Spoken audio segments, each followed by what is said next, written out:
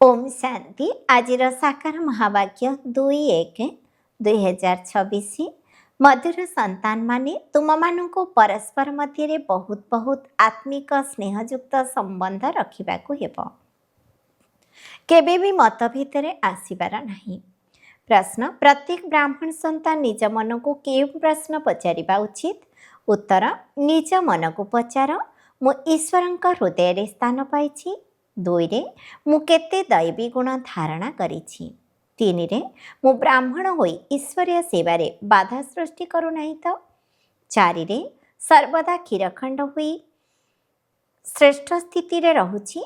आमर परस्पर मध्य एकमत रहुछि। 5 रे मु सर्वदा श्रीमतर पालन करुछि।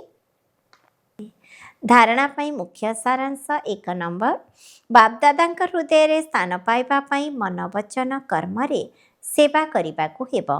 एक्यूरेट अर्थात यथार्थ एवं ऑलराउंडर अर्थात सब कर्म रे दक्ष हेबाको पड़िबो।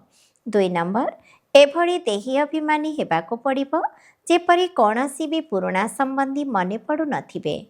परस्पर मध्य बहुत बहुत आत्मिक स्नेह रे रहिबाको हेबो। लुण पानी हेबार नाही। वरदान विश्व परिवर्तन श्रेष्ठ कार्य निजर अंगुली लगाउथिबा महान तथा निर्माण हुआ। जेपरी कौनसी स्थूल खाद्य पदार्थ प्रस्तुत करने समय से सबु जिनस ठीक भाव में मिसाइबा को पड़ी थाए। जदि साधारण लुण बा चीनी टिके कम हो जाए तेबे ताहा खाइबा योग्य होई पारे नाही। सेपरी विश्व परिवर्तन ही श्रेष्ठ कार्य पाई मध्य बाबांकर प्रत्येक रत्न मानकर आवश्यकता रही। एथिरे समस्तंकर आंगुली लागिबा दरकार। समस्ते निज निज हिसाब से बहुत बहुत आवश्यक अटंती। समस्ते श्रेष्ठ महारथी अटंती। सेतिपाई निजर कार्यर श्रेष्ठतार मूल्य को जान। समस्ते महान आत्मा अट किंतु जेतिकी महान अट सेतिकी निर्माण मध्य हुआ। स्लोगान जदि निजर स्वभाव को सरल करदेव तेबे सबु कार्य सरल होइजिब। अव्यक्ति सारा ये अव्यक्ति मासरे बंधन मुक्त हो जीवन मुक्त स्थितिर अनुभव कर।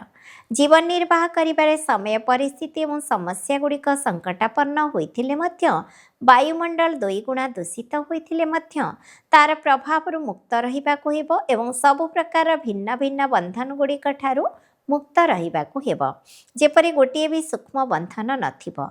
एहिभଳି बंधन मुक्त एवं जीवन मुक्त प्रत्येक ब्राह्मण संतान को हेबाको पड़िबो। एही संगम जुगरे ही जीवन मुक्त स्थितिर प्रारब्धर अनुभव करिबाको हेबो। ओम शांति।